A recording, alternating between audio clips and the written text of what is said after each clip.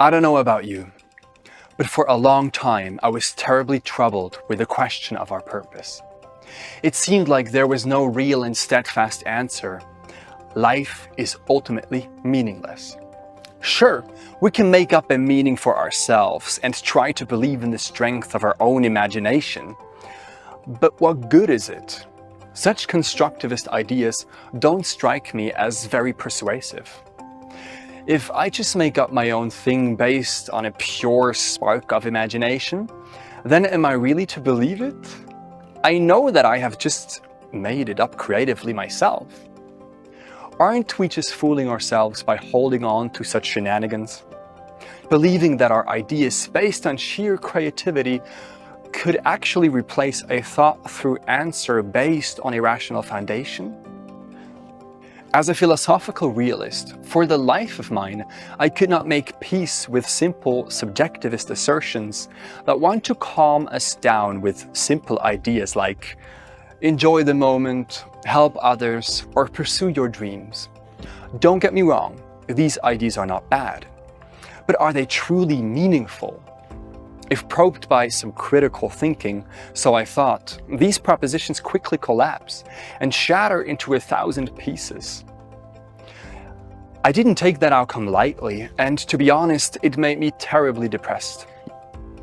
The deep question of why are we really here rings foundational within all of us. The biologist Richard Dawkins once said, "The why question is just a silly question." But I can hardly believe that he really meant what he said, or that someone can uphold this idea with full dignity. Many of us know that the question can keep us awake. And it's certainly the most difficult, but most important question there is. It's significant because our significance hinges upon it. If we want an answer that goes deeper than just subjective constructions, we need to find an objective and ultimate solution. And to get to this point, we have to find something that is immune to the critical method we have discussed in the last episode. There is a 4-step program I pursue in my book. First, we want to know if an objective purpose is even possible. So the first project is to discover its possibility. Second, we want to find out if it is not just theoretically possible, but actually real. Hence, the second project is to disentangle its actuality. Third, we want to know what such a purpose would actually look like. For this, I have developed a model with 2 foundational denominators of meaning. Fourth, we should understand how we can manifest this newly found meaning in our own life practically. This one deals with its apprehension. At the moment, I just want to talk about the first point, which deals with the possibility of ultimate and objective meaning for our lives. This is already quite a step, because many people, including myself in the past, think that it is theoretically impossible that something like this can even exist. And as you can imagine, if someone believes a thing to be conceptually self-refuting, you can argue forever and ever. It will not make any difference.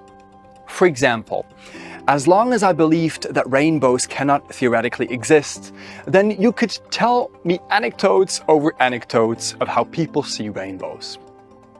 But it would not change my mind, because the very idea seemed senseless to me. Even if I would see a rainbow with my very own eyes, I would logically have to assume that this must be some other optical illusion, since, as already said, the very idea seemed incoherent to me. As such, the first step must be to discuss the logical possibility of objective purpose. For this, I tried to employ 2 very basic premises, so that everybody could in principle agree on the starting point and follow along. These are 1. There is something rather than nothing, and 2. This something is governed by logic. If this first premise was wrong, then you couldn't even watch this clip, and if the second was wrong, we should altogether stop talking, because nothing would make any sense, regardless of what anyone says. Now, I would like to introduce you to the 3 arguments for the possibility of an objective teleology, which I have developed in my book, Discovering the Meaning of Life. In this short clip, we don't have the space to go into a deeper understanding of the arguments, but I hope that I can provide a sufficient overview so that we can see the basic outline of these ideas. At first, these arguments may be a little complicated, so get a coffee, get cozy, and join along. 1. The argument from primary effects. I sometimes refer to this one as the argument of hope, because this is how it first occurred to me. It's certainly a positive trigger for any serious inquirer because it already hints us at the fact that there are some real answers to be found. It starts by acknowledging that every logical assertion needs to be founded on some premises. Even the principles of logic have to be wholeheartedly accepted in order for the system of logical operations to work. If we don't accept them, the whole idea of rationality doesn't make much sense. We have to think of reason as a closed system. If we want to be consistent, then there appear to be only three options. 1. Into infinity. We take a proposition and reflect its foundations by probing its premises, the premises of these premises, and so on. Since a logical conclusion is only as good as the ideas it builds on, we would have to check all reasons or premises in the chain of logical inferences. Checking all premises means that we would have to inquire on an infinite number of assertions, because the why question could in principle never stop. 2. A coiled universe. An infinite number of assertions means that an analysis about an argument can never end. This problem is inevitable if we think about the argumentative chain as a linear process. We could, however, think of it as a coiled structure, where the first assertion falls back on the last. What we have is then nothing else than a circular argument. I legitimize X with Y, and then I argue for Y with Z, and lastly I validate Z with X again.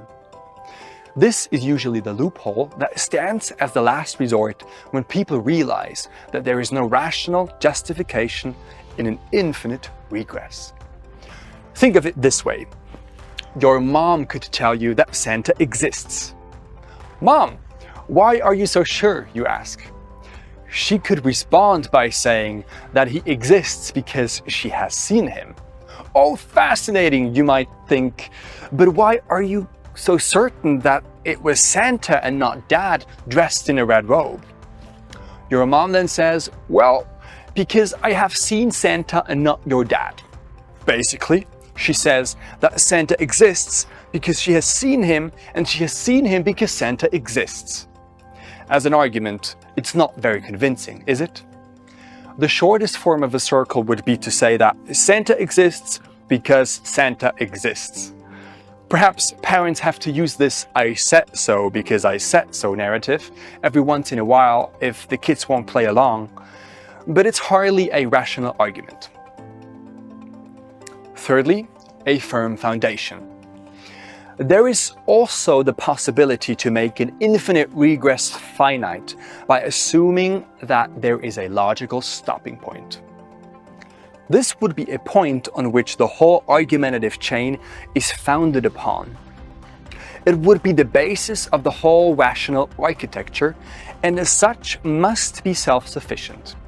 In Aristotle's or Aquinas' words, this is the famous unmoved mover, or the uncaused cause. There are pros and cons with all of these options, and in fact, in philosophy, there is a rich literature discussing these metaphysical ideas of logic. If you talk it through, as we do it in the book, then it becomes evident that the first two options are not viable. An infinite regress is not possible because no single point in the chain has any power, since its legitimacy rests on the power of the aforegoing points. But if you have to go back infinitely to get to a point that actually creates some logical force, the whole chain has no force at all, as you will never be able to reach the first point that could create this kind of power. Now, The problem is that in an infinite regress, this first point does not exist, and so the whole chain is unfounded. It's like an infinite water pipe that should pump out some water, but to get some water, you needed to trace the pipe back into infinity. And as such, you never would get to a water source, which also means that you can never pump out any water in an infinite pipe. So an infinite regress doesn't work. And as we have seen before, a circularity does not logically work either. So the only option that works is if we have a firm foundation where all logical operations can take off. This firm foundation can be understood as a base reality or as a source code, if you like. It enables and eventually constitutes all physical and logical operations. Here it gets really tricky, because there are complex philosophies underlying this grounding reality of the universe. Some people use religious language and call this ultimate cause God. Immanuel Kant, for example, called it the necessary condition of all things, which holds true for both physics and rationality. Now, to make a long story short, we can leave it at the core idea that there must be a basis to all things. And what the argument of primary effects wants to highlight is that this is also the place where all logical deductions in the realm of teleology must begin. So, there is an objective basis for the whole discussion. And if there is an ultimate and objective floor, so to speak, where the whole house can stand on, then it is also possible to infer logical solutions from this unshakable ground. If we could only make statements based on our subjective imaginations, then objective and ultimate ideas of purpose would not exist. But if they can be rationally anchored in the very basis of reality, then true and objective meaning for us is indeed possible. This is by and large the direction in which the first argument wants to run, if we let it off the leash. 2. The argument from supremacy. This argument builds on the first one and expands it. Meaning can be conferred in an a priori and a posteriori manner. A priori means beforehand, whereas a posteriori means that something occurs after the fact. These two tell us in which order things occur. Things come either before or after a given fact. A priori instances are called antecedents, and a posteriori things are called descendants. Perhaps this sounds boring, but bear with me, because the argument asks a central question here. How do things receive their meaning? This question can be answered in two ways. A, meaning can be conferred from an antecedent by lending it some of its own meaning. Or B, new meaning can be bestowed to a descendant by virtue of creative power. The first mode is the transfer of meaning that is already there. Here, an antecedent lends its own meaning to the descendant. In the second case, completely new meaning is produced by creative means. If you say that A is true because of B, then A is the descendant of B, whereas B is the antecedent of A. Now, B, in this case, is superior to A. We could also say that B lends argumentative or logical power to A, which is where the whole argument of supremacy heads off. We have to distinguish two forms of supremacies, temporal and logical supremacy. The first is a physical idea. In a sense, your parents are temporally superior to you because you are their offspring. Without them, there would be no you. The second is a rational idea. If you take the formula 2 + 2 = 4, then the two summands 2 and 2 are superior to the result 4, since they are the necessary conditions for the mathematical result to occur. This leads us into a similar direction as before, namely the idea that every argument and every event only makes sense if it is properly anchored in a valuable axiom. If our universe sprang up from the Big Bang, then the Big Bang is temporally superior to the universe, and it could not exist without it. Our universe is, so to speak, anchored in this cosmically original event. And the same is true for logical statements. Let's take two premises. Premise 1, all humans are intelligent. And premise 2, Aristotle is human. Then the conclusion would be that Aristotle is intelligent. If one of the two premises is not true, then the conclusion also falls. But if the two premises can be accepted, then the conclusion logically follows. The argument of supremacy holds that this is no different for the discussion of meaning. If there is anything to it, then it must be properly grounded in a metaphysical basis. Now, a critic could say that there is no basis for such a thing, and hence there is no objective purpose. But we know that every reasonable talk does and must have such a basis, which is true for both logical and temporal assertions. Otherwise, nothing would be rationally justified, or could even physically exist.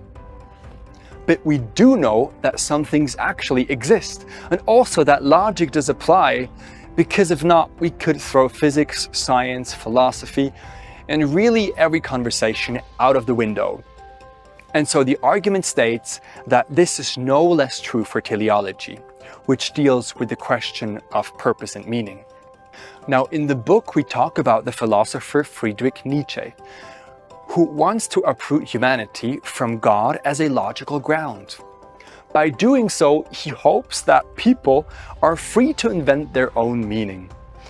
But whereas indeed he is successful in paving the way for the later existentialists, he ends up completely frustrated, since he realizes that if we eliminate such an ultimate ground, nothing can indeed be right or wrong, true or false, existent or absent. Hence, in his own book, he paints a picture of a madman who has totally lost it. This metaphor is quite suitable, if you ask me, because it doesn't work to really disentangle anything from our cosmic and logical grounds. To summarize, the conclusion of the argument from supremacy says this: with due consideration of the temporal and logical structures of the universe, as well as the metaphysical ground of existence, an objective anchoring of our teleological question is indeed possible. What we have here is the second justification for the possibility of objective meaning. Now, if you need a break, go for it. But if you're feeling tough today, then let's finish it up with the third argument, which is 3. The argument from relational absolutes. Perhaps the third argument may be a little bit more complicated than the ones before. The argument from primary effects and from supremacy go back to an ultimate source, where we arrive at a natural stop of a base reality that cannot be deconstructed any further. It is akin to particle physics, where you want to find the smallest particles, the building blocks of the material universe, so to speak. If you found the smallest particles, then you couldn't split them up anymore because they are already the smallest ones. If we ignore for a second that they are in fact wave packages, then in a sense they cannot be transcended by even tinier particles. The argument from relational absolutes has a different approach. It tries to investigate whether there are some intrinsic values or attributes of an object that might not be transcendable anymore. The previous two arguments are somewhat intuitive. It seems clear that the critical method can't attack its very own foundations. There needs to be some logical principles that enable the method to work. And if the method attacks these principles, it loses its own force. For example, if you use logical ideas to criticize the very idea of logic, then it doesn't make any sense to use these logical ideas in the first place, right? If a method uproots itself, it cannot exist. The firm foundation gives these principles a rational anchor that stabilizes them. Remember, we are looking for things that are non-transcendable and therefore immune to the critical method. If we find them, then with this we can refute the premise that the method can transcend everything. And as such, we can demonstrate that it has its limits. By doing so, we automatically create the space for the possibility of an objective meaning, since then we will have realized that it is not necessarily the case that all objects of meaning collapse under the critical method's weight. The argument from relational absolutes looks at intrinsic properties of relational goods and asks if there might be also non-transcendables there. But what exactly is a relational good? It is something that only exists as a relational fact. The distance between two stars, for example, is a relational good because it describes the relationship that the two stars have to one another. Human relational goods are much more interesting, however. The prime example of this is love. If a husband and a wife love each other, then this is something that exists between those two people. If one of these two would not exist, then the love between the two would also cease to be, since it hinges upon the existence of these two subjects. This means that relational goods are defined by the subjects involved. Maybe your love for your siblings is greater than your love for your cat. Hence, we see that relational goods can also transcend one another. But can they become non-transcendable? That's the million-dollar question. And the short answer is, yes, they can. Think about a relationship between two friends, or let's refer to their friendship as their relational bond.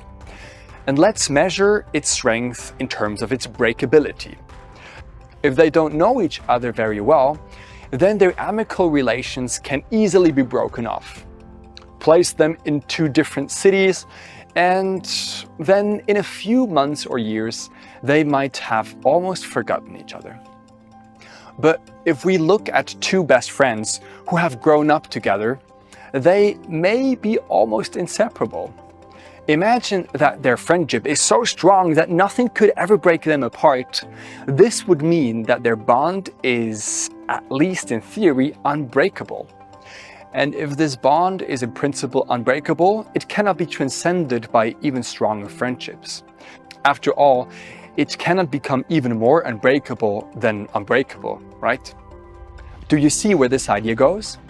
If we look at relational goods, there are many examples that could be employed to show that the critical method gets to its limits. It is almost like a t-shirt that is washed until it is perfectly white. As soon as it is completely white, there is nothing you could possibly do to make it even whiter. If you could, then it wouldn't have been perfectly white in the first place, right? But as soon as you reach this state, its whiteness is untranscendable. This is just a metaphor to explain that there are intrinsic properties which cannot be transcended, and we are likely to find valuable examples in the realm of relational goods. So, just like this, we see that the critical method indeed has its rational limits and cannot transcend everything. But if we know this, we can be certain about the possibility of objective and ultimate meaning. Why?